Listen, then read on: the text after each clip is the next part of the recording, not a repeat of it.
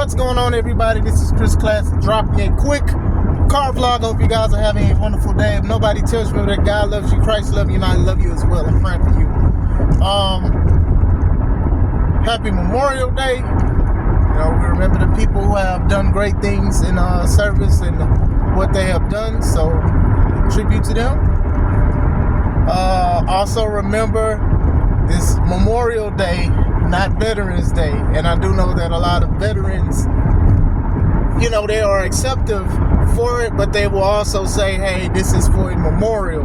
You know what I'm saying? So always a distinction between the two, you know, just a small thing.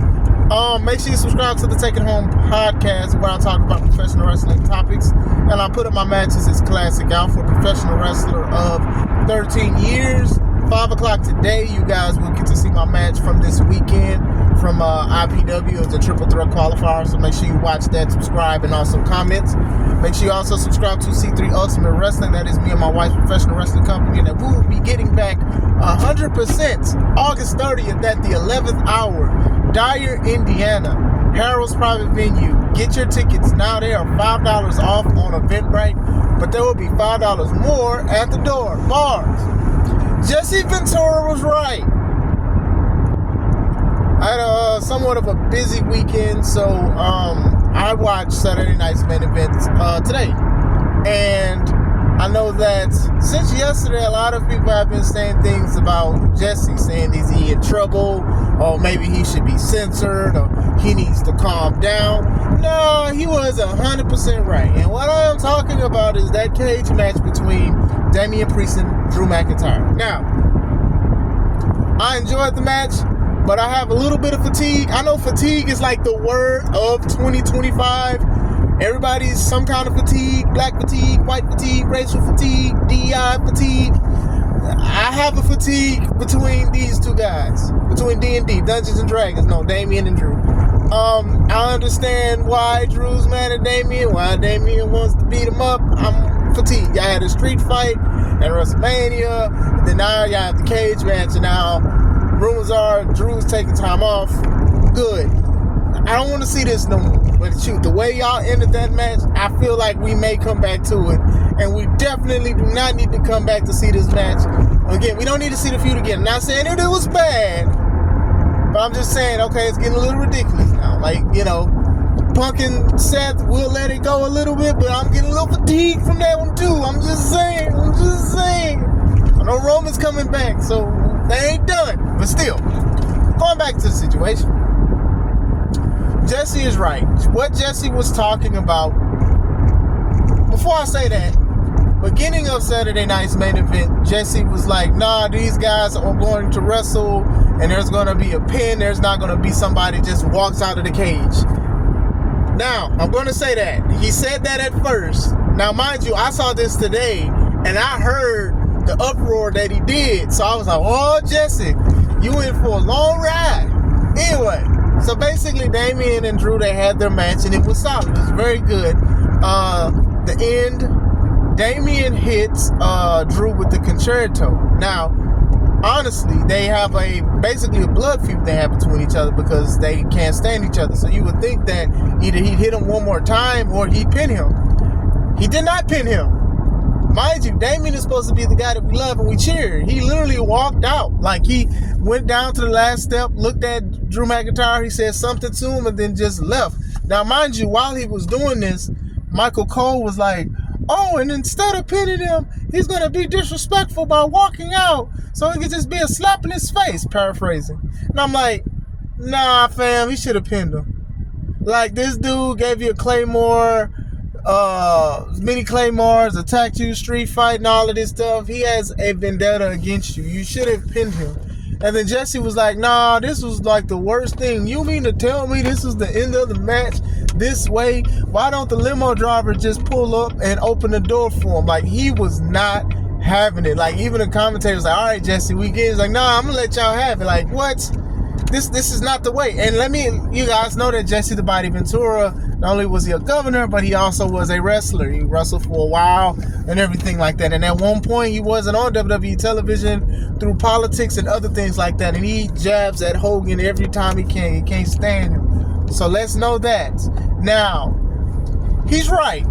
I don't think that even if you are a good person, a great guy, whatever, if you have a vendetta against somebody, you probably want to pin the person. Like, the only time something should happen about escaping is if the bad guy is escaping through the door, then you climb over. That would have been a little bit more climactic and interesting to see. Or you just should have pinned him, because you just hit him. You just put his head on a chair and hit the chair, the concerto. So you should have just pinned him immediately and won. Or had the referee say he can no longer continue. One of the two. I don't think a guy should, who was getting beat up and getting jumped and all of that stuff and had some kind of serious feud with Drew, should just walk out. And then to try to say, oh, well, it was just a slap in Drew's face. Nah, Drew was out. It wasn't like Drew was hurt or tied up or something or couldn't, he was hurt. He was out. You could have pinned him. You could have pinned him 10 times. It would have been a 30 count. So Jesse is right. And some people are like, oh, he's old school, so he don't know things is different now. Things have changed, because back in the day, literally there was no cage door, basically. You was just in them steel bars, playground bars. Like, that wasn't like something to do. But then eventually when the cages started looking like fences and stuff like that, they started changing that up a little bit. One point, they used to lock the door. They used to lock the cage door so nobody could leave through the freaking door. They used to do it. And then after Mark Henry did that spot where he broke the lock with his bare hands and stuff like that and all this other stuff, now it's a point where you can tell a referee to open the door for you, or you can just open the door and leave. So let me say that the aesthetic of cage matches have dwindled. One, because there's so many of them. Two, because Hell in a Cell matches happen so frequently. And then three, this kind of thing where you can just open the door. You should literally lock them out. You should literally lock them in there. But yeah, the aesthetic of the cage, it definitely dwindled throughout the years. I remember climbing. The people used to climb it up and then go to it to exit and stuff to escape. I remember that kind of stuff.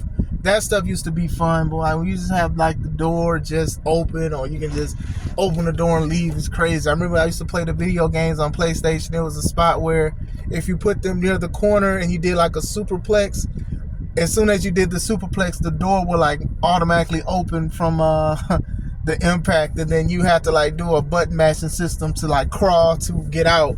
Even that kind of thing would be kind of cool, but nowadays it's not locked. You can just open it. People can go in there and throw all kind of stuff. So yeah, I definitely understand that. So I think that, obviously Jesse saw it and he put his disgust in it, and they was like, oh, it's okay, Jesse. All right, Jesse, I understand your frustrations. But nah, I kind of felt the same way.